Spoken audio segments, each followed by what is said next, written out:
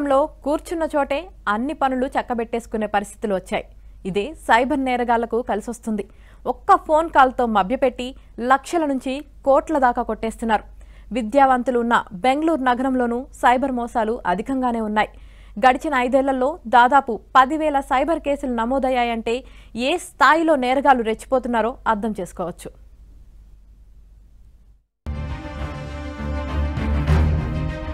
IT BT Nagari silicon వ్యాలీగా పేరొందిన బెంగళూరు నగరంలో cyber నేరాలు పెచ్చుమీరిపోతున్నాయి. ఇతర రాష్ట్రాలతో పోలిస్తే సైబర్ నేరాల్లో కర్ణాటక వేగంగా దూసుకెళ్తోందని జాతీయ క్రైమ్ రికార్డ్ బ్యూరో నివేదిక ప్రకారం తెలుస్తోంది.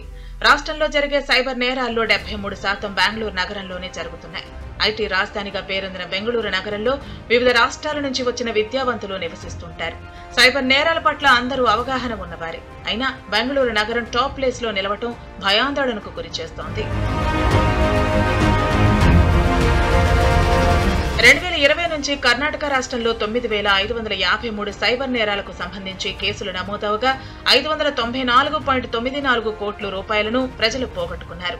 ఇందులో 73.04 కోట్ల రూపాయలు మాత్రమే రికవరీ చేయగలిగారు. ఇందులో ఎక్కువగా ఉద్యోగాలు ఇప్పిస్తామని నమ్మించి నగదు దోచుకోవటం, నకిలీ లోన్ యాప్ ద్వారా రుణాలను మంజూరు చేయిస్తామని ఆశ కల్పించి డబ్బు దోచుకున్నారు. 2020లో నకిలీ లోన్ల యాప్ల మోసాలకు సంబంధించి 51 కేసులు నమోదు కాగా 98 లక్షలు దోచుకున్నారు.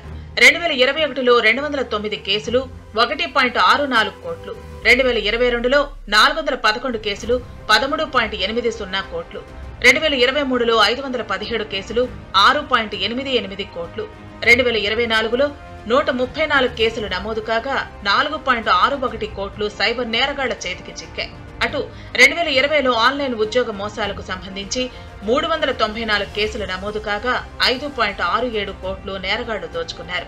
2021లో 570 కేసులు 12.31 కోట్లు, 2022లో 977 కేసులు 23.11 కోట్లు, 2023లో 4,470 కేసులు 347.7 కోట్లు, 2024లో 1,820 కేసులు 178.18 కోట్ల రూపాయలను నేరగాళ్ల మాయలో పడి బెంగళూరు నగరవాసులు పోగొట్టుకున్నారు.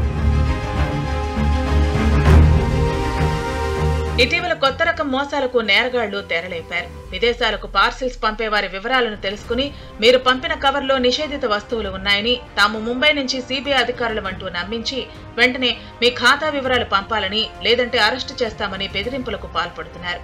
అందిన కాడికి దోచుకుంటున్నారు. ఇలా ఏదో రకంగా విద్యావంతులనే సైబర్ నేరగాళ్లు మోసం చేస్తున్నారు. నిజానికి సైబర్ నేరగాళ్లకు ఎక్కువగా చిక్కుతుంది చదువుకున్న వాళ్లే. డబ్బు మీద ఆశతోనూ లేదంటే భయంతోనూ వాళ్ల మాయలో పడి మోసపోతున్నారు. ఇక నేరగాళ్లు దోచుకున్న దాంట్లో పోలీసులు కనీసం సగం కూడా రికవరీ చేయలేకపోతున్నారు.